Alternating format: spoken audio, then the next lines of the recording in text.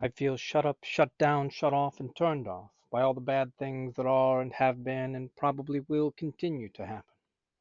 Pandemics and food shortages and gas crunches and out of control inflation all seem like an awful overture to some inevitable impending disaster lurking just beyond our sight, just behind the horizon of known possibilities. And all the while, politicians seem like they know not what they do. They don't see that they are a part of the problem in dividing a nation, and they can't stop moaning and groaning about insurrections and fixed elections, wasting your time and my time and their time instead of preparing for next time. And worse still, their simplistic, survivalistic, self-serving mindset has now infested the rest of us. Now we are all moaning and groaning and fighting and biting and hating and berating and deprecating and defecating upon one another, having forgotten wisdom and reason and mercy and justice and will and grit. But I want us to remember.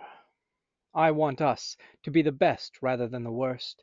I want and wanted and continue to want to see change from the sea change of immorality and ubiquitous iniquitous vindictiveness that has become the new normal and runs headline after headline from uptown to downtown, from courthouse to outhouse, day after day, dawn after dawn, from twilight to midnight.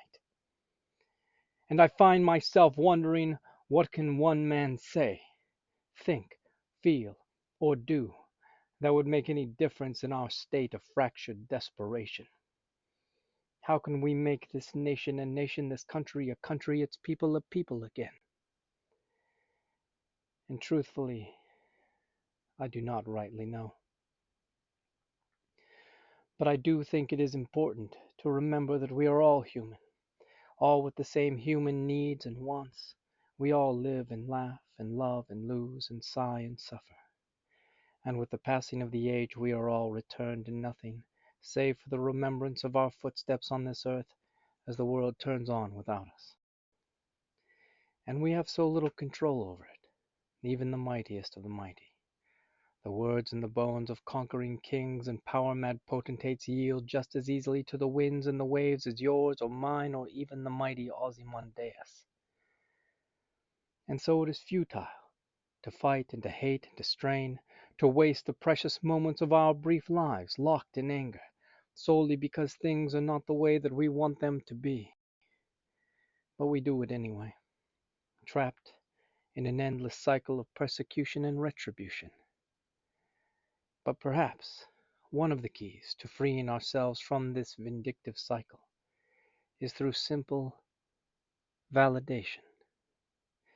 To validate someone is to truly hear them, to truly see them, to truly know them for who they really are, in all their hopes and fears, in all their joy and their sorrow.